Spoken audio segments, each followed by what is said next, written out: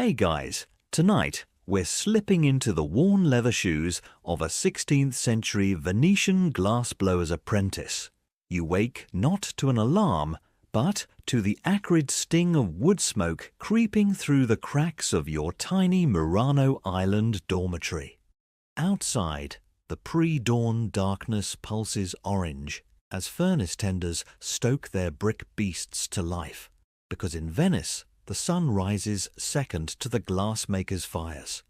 Your back protests as you roll off the straw mattress, and your bare feet meet cold stone floors still gritty with yesterday's glass dust. Let's get one thing straight. You probably wouldn't last a week in this job. Between the 14-hour shifts, the third-degree burns waiting to happen, and the fact that your maestro could legally beat you for educational purposes, modern minimum wage laws are starting to look pretty sweet. But for now, you're just focused on not tripping over the stray chickens in the courtyard. So, before you get comfortable, take a moment to like the video and subscribe, but only if you genuinely enjoy what I do here.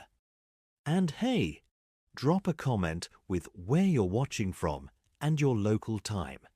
It's always fun to imagine our little community of history lovers drifting off together from Tokyo to Toledo. Now, dim the lights, maybe turn on a fan for that soft background hum, and let's ease into tonight's journey together. The walk to the workshop is a symphony of coughs and clanging. You pass a dozen glowing furnace stacks. Murano isn't an island so much as a volcano that forgot it was supposed to erupt. The air smells like overheated metal and the salty tang of the lagoon, with occasional notes of apprentice body odor. Your maestro's workshop looms ahead, its chimney belching smoke like a dragon that swallowed a coal mine.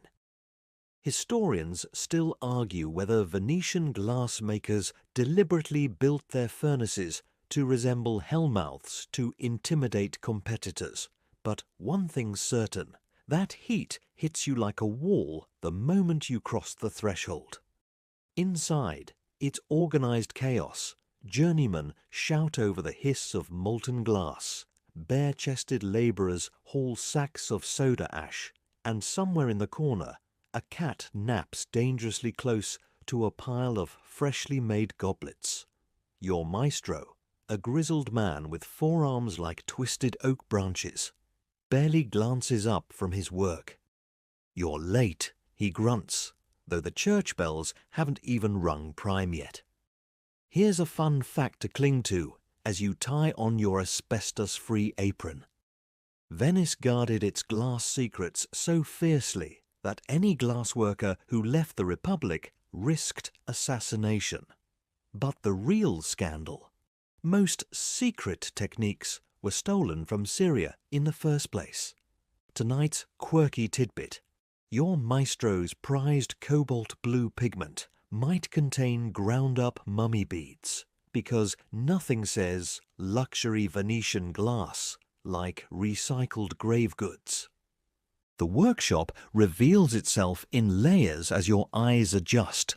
First, the hellish glow of the main furnace, then the soot-streaked faces of the other apprentices, and finally the delicate dance of craftsmen turning glowing blobs into elegant shapes. Your maestro's domain is smaller than you imagined, maybe 20 feet across, but every inch is optimized for controlled chaos.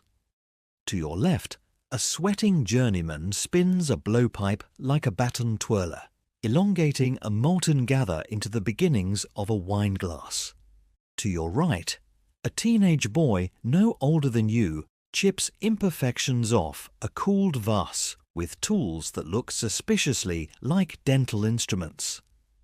The floor is a mosaic of dropped tools, glass shards, and the occasional half-eaten loaf of bread. Your first task is hilariously simple. Fetch firewood. Not just any firewood.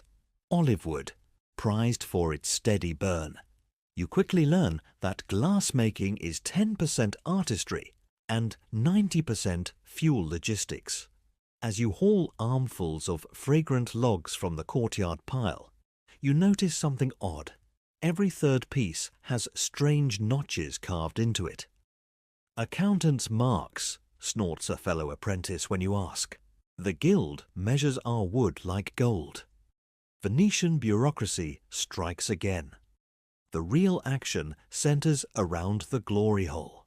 Here, the maestro demonstrates his signature move, rolling molten glass in crushed quartz to create a crackled effect. The glass bubbles and hisses like angry syrup, and for a wild moment, you're convinced it's alive. "Stop gawking and stir the frit," barks a journeyman, thrusting a 10-foot iron rod into your hands. You're now officially part of the process, awkwardly mixing a vat of half-melted silica and soda ash that looks suspiciously like a witch's cauldron. Historians still argue whether Venetian glassmakers added secret ingredients to their batches. Some manuscripts mention everything from crushed eggshells to lead filings.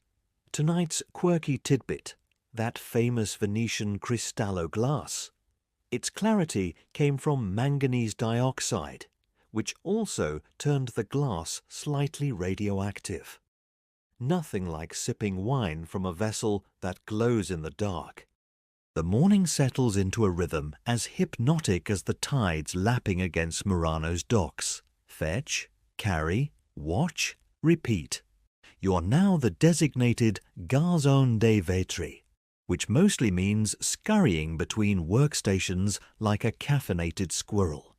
Your hands develop a sixth sense for heat, reaching just close enough to the furnace to feel your arm hairs curl, but not so close that you lose fingerprints. The maestro occasionally barks corrections. "No, idiot," clockwise stirs, but mostly ignores you in favor of coaxing a perfect spiral stem onto a chalice. A commotion erupts when the Mistro della Fornace arrives to check temperatures. This wiry old man peers into the flames like a fortune teller, then adjusts the airflow by kicking specific bricks. Apparently, Renaissance HVAC was more art than science. He scowls at your frit mixture and dumps in a handful of something grey from his apron pocket. "Lime from Istria," he mutters, makes the batch less explodey. Comforting. Your first real attempt at glass blowing begins with a disaster. The blowpipe feels alien in your hands, a 5-foot steel straw heavier than it looks. When you finally gather a molten blob, the heat radiating through the pipe makes your palms sweat. The maestro's instruction, "Just blow steady, idioto," proves laughably insufficient. Your first puff sends a glob of glass splattering onto the floor in a shape suspiciously resembling a duck. The journeymen howl. One wipes tears as he gasps. "We'll call it the apprentice's shame." Historians still argue whether Venetian workshops deliberately taught through humiliation. Tonight's quirky tidbit: that duck-shaped failure. In 20 years, some noble might pay good money for it. Venice's vetro a ritorti style made imperfections fashionable. The midday bells toll, and the workshop exhales. Shoulders slump, tools clatter onto benches, and the furnace crew mops brows with sleeves already stiff with sweat and glass dust. Lunch is a huddled affair on the sun-drenched steps outside. Yesterday's polenta, a shared wheel of cheese that's more rind than not, and watered wine so acidic it makes your eyes water. The other apprentices jostle for patches of shade beneath the workshop's sagging eaves, swapping stories that sound suspiciously like warnings. "Did you hear about Giacomo?" whispers a red-haired boy through a mouthful of bread. Tried to sneak out a bead of cristallo in his cheek last week. He mimes slicing his face open. Guild inspectors found it before he reached the dock. You swallow hard, suddenly grateful for your empty pockets. Venice's glass monopoly isn't just protected by law. It's enforced by a network of spies, informants, and the occasional midnight disappearance. The conversation turns to rival workshops. Someone mentions the new German upstarts trying to replicate Venetian techniques with laughable results. They're glass cracks if you look at it wrong. Another apprentice boasts about his cousin in Florence, who claims to have reinvented the Roman cameo technique. The table falls silent until the oldest journeyman spits into the canal. Firenze can keep their stone imitations. Real men work with fire. Historians still argue whether the Venetian glass cartel staged accidents for particularly bold defectors. Tonight's quirky tidbit: that watery wine you're drinking, probably cut with lagoon seawater, a common cost-saving measure that also conveniently prevented apprentices from getting too drunk to work. The afternoon heat turns the workshop into a kiln. Sweat trickles down your spine as you crouch by the annealing oven, a low-temperature chamber where finished pieces cool slowly to prevent shattering. Your job is to rotate each item precisely every quarter hour, a task so monotonous it makes your earlier wood fetching seem thrilling. The maestro's latest creation, a delicate filigree vase, sits regally on the center shelf, its spiraled threads of white glass glowing faintly in the dimness like captured moonlight. A commotion at the main furnace snaps you from your trance. The German client is back, this time with a retinue of servants carrying what looks suspiciously like a sealed sample box. Your maestro's smile could cut glass as he demonstrates the unbreakable quality of Venetian cristallo by casually dropping a goblet onto the stone floor. It shatters, of course. The real trick was never durability, but convincing buyers that fragility equaled prestige. The German nods solemnly and orders 24. Your hands are raw from sweeping when the maestro finally gestures you over. "Today you learn the lie," he mutters, handing you a chipped practice pipe. What follows is less a lesson than a baptism by fire, literally. As you struggle to center a molten gather, the heat blisters your thumbs despite the damp rag wrapped around the pipe. The other apprentices place bets on how long until you drop it. Historians still argue whether Venetian glassmakers intentionally exaggerated the difficulty of their craft to justify exorbitant prices. Tonight's quirky tidbit: those unbreakable Roman glass formulas everyone coveted. Venetian artisans actually rediscovered them in the 1450s and promptly buried the knowledge to maintain their monopoly.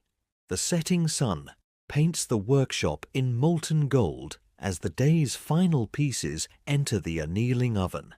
Your fingers now move automatically, adjusting each item with the precision of a clockmaker. The German client's order sparkles on the display shelf. 12 goblets with ruby stems that catch the light like trapped fireflies. You're polishing the last one when the maestro's shadow falls across your workstation. "Not terrible," he grunts, which from him might as well be a sonnet of praise. He flips the goblet upside down and taps the base. It rings like a tiny bell. Hear that? No cracks. Maybe you're less useless than you look. Before you can process this backhanded compliment, he drops a lump of cobalt-stained glass into your palm.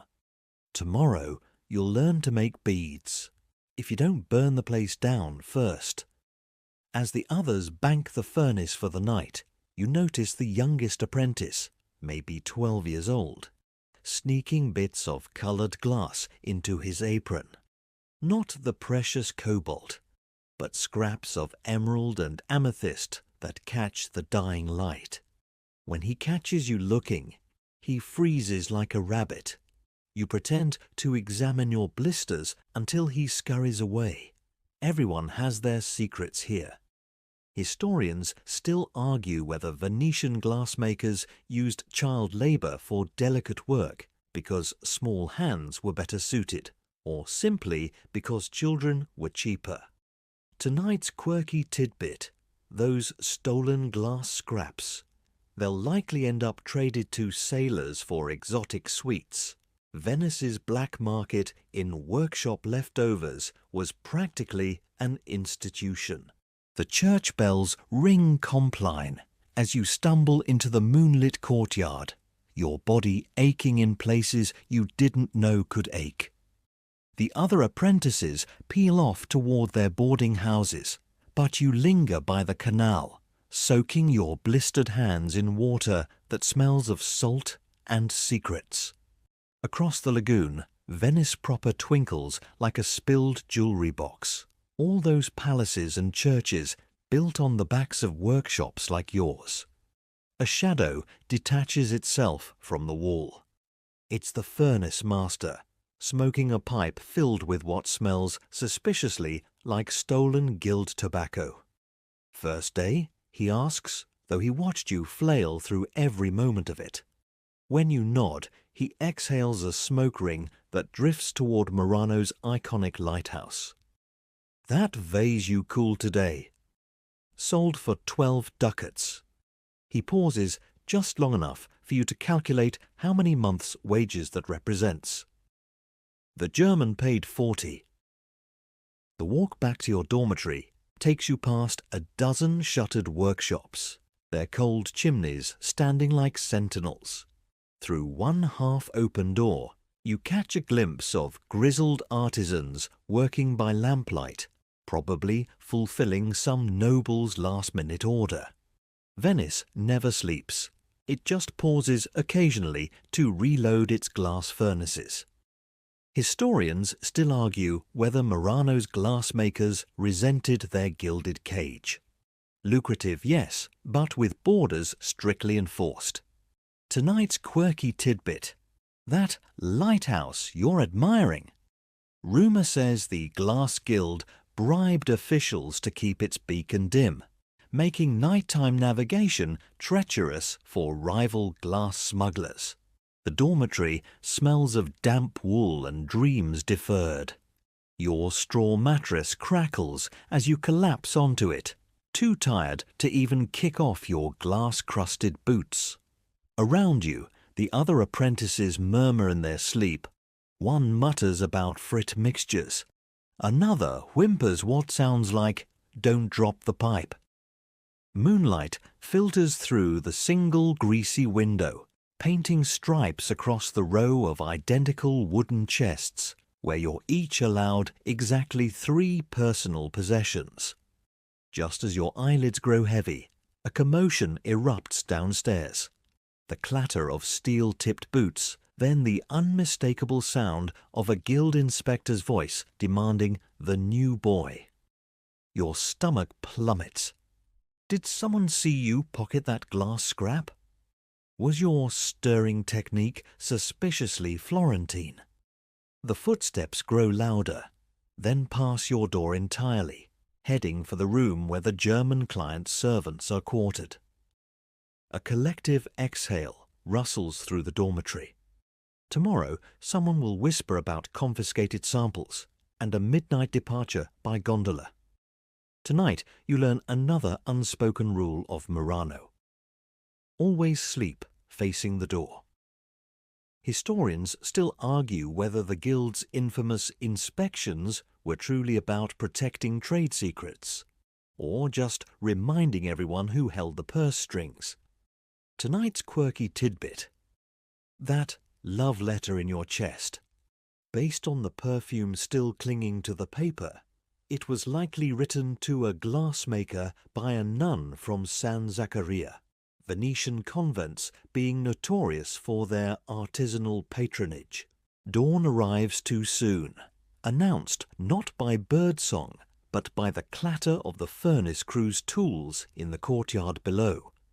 You wake with a start, your palms already stinging in anticipation of another day's burns. The love letter crinkles in your shirt where you had tucked it for safekeeping, its broken seal glinting like a guilty secret in the pale light. Downstairs, the German client's servants are conspicuously absent, their abandoned pallets stripped bare, save for a single glass bead wedged between floorboards. You pocket it without thinking. The workshop feels different today, charged. The maestro works in uncharacteristic silence, his usual stream of curses replaced by sharp gestures. At the glory hole, a journeyman reheats yesterday's failed pieces to be melted down, their bright colours bleeding together like a dying sunset. You're handed a broom with bristles so worn they barely disturb the glass dust coating the floor. Sweep clockwise, snaps the maestro's wife. Counterclockwise brings bad luck. You make a show of complying until her back is turned, then switch directions just to spite the universe. A commotion at the docks sends everyone rushing to the windows. A barge loaded with soda ash from Syria has arrived, its cargo spilling from burst sacks like artificial snow. The maestro elbows through the crowd to personally inspect the shipment, his practiced eye detecting some impurity you can't see. "We'll use it for chamber pots," he declares, which explains why your hostel's latrine always sparkled strangely in sunlight. Historians still argue whether Venetian glassmakers' superstitions were genuine belief or performance. After all, nothing justified premium pricing like whispered tales of cursed glass. Tonight's quirky tidbit, that Syrian soda ash, its secret ingredient was burnt seaweed from the Dead Sea, which, according to one disgruntled Florentine trader, made Venetian glass stink of hellfire when heated. The midday lull brings an unexpected visitor, a stooped woman in a nun's wimple, her face half hidden by a basket of blessed herbs that suspiciously resemble the ones growing wild near the lagoon. The maestro's wife ushers her into the back room with a haste that suggests this isn't their first transaction. Through the cracked door, you catch glimpses of small glass vials changing hands, their contents glimmering like liquid mercury. "For the sisters' illuminations," the nun murmurs, tucking them into her sleeves with practiced ease. You're pulled away to help unload a shipment of special ingredients, barrels labelled as alum but filled with a powder that makes your nose itch. The maestro tests a pinch between his fingers, then nods to the furnace master, who starts mixing a fresh batch with the air of someone about to conduct alchemy. "Today, you learn why Venetian blue eats other colours," the maestro says, tossing you a lump of the mystery powder. It stains your palms a vivid azure that won't wash off for days, a mark of initiation you didn't consent to. The other apprentices whisper as you pass. One jerks his chin at your blue-streaked arms. "Now you're really one of us," he smirks, which sounds vaguely threatening. In the corner, the youngest apprentice, the one who pockets glass scraps, watches with wide eyes. When no one's looking, he presses a tiny red bead into your hand. "For luck," he whispers, then vanishes into the smoke. Historians still argue whether Venetian nuns were genuine patrons of glass arts or just convenient middlewomen for forbidden techniques. Tonight's quirky tidbit, that alum shipment, almost certainly contained lapis lazuli, smuggled from Afghanistan via Constantinople. the real secret behind Murano's legendary blues. The afternoon sun slants through the workshop's high windows, turning suspended glass dust into drifting constellations. You're stationed at the grinding wheel today, smoothing the rough pontil marks from yesterday's goblets, a task that leaves your forearms coated in fine white powder, like some sort of half-baked ghost. The rhythm is almost meditative. Dip the rim in water, press it to the spinning stone, count to 3, repeat, until the wheel catches an unseen flaw and sends a goblet shattering against the far wall. Silence. Then the maestro's sigh, more disappointed than angry. "That was worth your monthly wages," he says, picking up a shard the size of a coin. "But at least you didn't ruin the cobalt batch like Antonio." A journeyman snickers. Antonio, now a barrel-chested master in his own right, reportedly spent a week scraping blue glass off every surface in 1489. Your punishment is to sort through the cullet pile, mountains of broken glass destined for remelting. As you pick through emerald greens and amethyst fragments, you uncover a piece that stops you cold, a sliver of ruby glass so vivid it seems to glow from within. You glance around before slipping it into your boot. Later, under the pretense of fetching more water, you examine it in the courtyard sunlight. The colour is impossibly deep, with none of the cloudiness typical of gold-based reds. A voice behind you says, "That's dragon's blood." The furnace master lights his pipe with hands that have seen 100 such secrets. Not for you to know yet. Historians still argue whether dragon's blood referred to actual sulfur compounds from volcanic vents or was just a romantic name for copper slag. Tonight's quirky tidbit, that accidental flaw you hit, might have been sabotage. Disgruntled apprentices were known to spit in the grinding water to create weak points in rivals' work. As dusk settles over Murano, the workshop takes on a magical quality. The furnace glow painting everyone's faces like living stained glass. You are allowed near the glory hole for the first time, tasked with reheating a batch of beads without letting them collapse into molten tears. The heat is a physical weight against your chest, but there's a strange comfort in the rhythm. Rotate the rod, count to 20, rotate again. The beads emerge shimmering, their surfaces alive with trapped bubbles that will later catch the light like tiny stars. The maestro inspects your work with a grunt that could mean anything.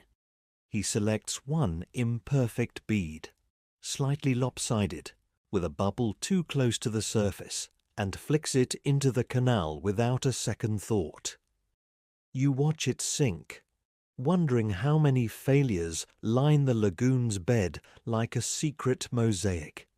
Later, when retrieving more firewood, you spot the youngest apprentice kneeling at the water's edge, fishing for discarded beads with a magnet on a string. He freezes when he sees you, then holds up his prize, your lopsided bead already strung onto a length of stolen wire. "For my sister," he mumbles. You pretend not to notice the gild mark scratched off its surface. Back inside, the journeymen are placing bets on how long the Germans' unbreakable order will survive the voyage home. 3 waves past Corfu, laughs one. The maestro silences them with a look, but not before you catch him making his own mark on the betting slate. Historians still argue whether Venetian glassmakers deliberately seeded foreign markets with fragile goods to ensure repeat business. Tonight's quirky tidbit, those discarded beads? Many ended up in the hands of Venetian brides as part of their dowries. the guild's way of ensuring loyalty through generations. The midnight bells find you awake in the dormitory, your hands throbbing with the phantom memory of heat. Around you, the other apprentices snore through their exhaustion, all except the youngest, whose pallet lies conspicuously empty. Through the window, Murano's furnaces burn on, their glow reflecting off the lagoon like scattered embers. Somewhere out there, a guild inspector's gondola slices through the dark waters, its lantern scanning for unauthorized activity. You slip outside under the pretense of needing the latrine. The courtyard is eerily still, the usual chorus of night insects silenced by the omnipresent glass dust. Near the woodpile, a shadow moves, the missing apprentice hunched over something cupped in his hands. As you approach, he startles, revealing a tiny crucible fashioned from broken bricks, its contents bubbling over a stolen oil lamp. "Don't tell," he whispers, showing you a handful of misfit beads in experimental colors. A murky green, a cloudy orange, and one that shifts from blue to purple depending on the angle. "I'm going to make something they've never seen before." The sound of oars sends you both scrambling behind the woodpile. The inspector's gondola glides past, its lantern beam skimming over your hiding place before moving on. When you turn to admonish the boy, he's already gone, leaving only a single bicolored bead in the dirt where he knelt. You pocket it without thinking. Another secret to carry. Historians still argue whether Murano's greatest innovations came from sanctioned masters or rule-breaking apprentices. Tonight's quirky tidbit: those experimental colors? They might have contained everything from crushed beetle wings to powdered mummy wrappings. Apprentices would try anything to crack the maestro's formulas. The next morning dawns with an unexpected fog, thick enough to swallow Murano's chimneys whole. Inside the workshop, the usual furnace roar is muted, voices hushed, as if the world itself has been wrapped in cotton. The maestro seems almost restless without his usual audience of gawking merchants, pacing between workstations like a caged lion. When a ship's horn bleats mournfully from the obscured lagoon, he makes a sudden decision. Today you learn filigrana. The technique is deceptively simple, layering threads of white glass within clear crystal to create delicate, lace-like patterns. In practice, it's a nightmare of perfect timing and hotter-than-hell temperatures. Your first attempt looks like a drunk spider's web. Your second collapses into a molten puddle. The maestro sighs and demonstrates again, his aged hands moving with hypnotic precision. "The secret," he murmurs, "is to pretend the glass isn't trying to kill you." By noon, the fog lifts to reveal 3 foreign ships docked at Murano's quay, their flags marking them as Catalan, Ottoman, and suspiciously neutral. The guild inspectors swarm like wasps, but not before the Catalans unload a suspicious number of olive oil barrels. In the ensuing chaos, you catch the furnace master slipping a small packet to the Ottoman trader. When questioned, he claims it's just rosewater for his pipe. No one believes him. Historians still argue whether Venetian filigrana glass was inspired by Byzantine lace or simply showed off how well they could steal techniques. Tonight's quirky tidbit: those olive oil barrels often contained Syrian raw glass, proof that even Venice's vaunted pure cristallo was sometimes cut with imports. The workshop's final day before the seasonal furnace shutdown hums with frantic energy. Every apprentice has been pressed into service, even the youngest, who stands on a crate to reach the polishing wheel. You're tasked with packing the last orders. Delicate lace glass for a Burgundian duke, poison-detecting goblets for a paranoid cardinal, and a set of ruby-red beads that the maestro handles like holy relics. As you wrap each piece in lamb's wool, you notice tiny imperfections only a fellow craftsman would see. A barely visible bubble here, a minuscule tool mark there. These flaws suddenly make the pieces more precious, proof they were shaped by human hands, not magic. At sunset, the maestro gathers everyone in the courtyard. He passes around a single cup of wine. The good stuff, not the seawater cut apprentice swill. When it reaches you, the taste is startlingly sweet, like drinking sunlight filtered through grapes. To another year without the Germans stealing our secrets, he toasts. The journeymen laugh, but you notice their eyes flick toward the docks, where those very Germans are loading their ships. As the others drift away to celebrate, you linger by the cooling furnace.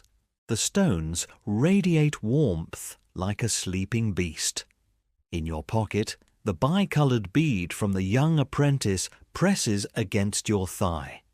A tiny promise of possibilities beyond Murano's gilded cage. Somewhere out there, beyond the lagoon's guarded waters, other workshops are dreaming up their own versions of perfection.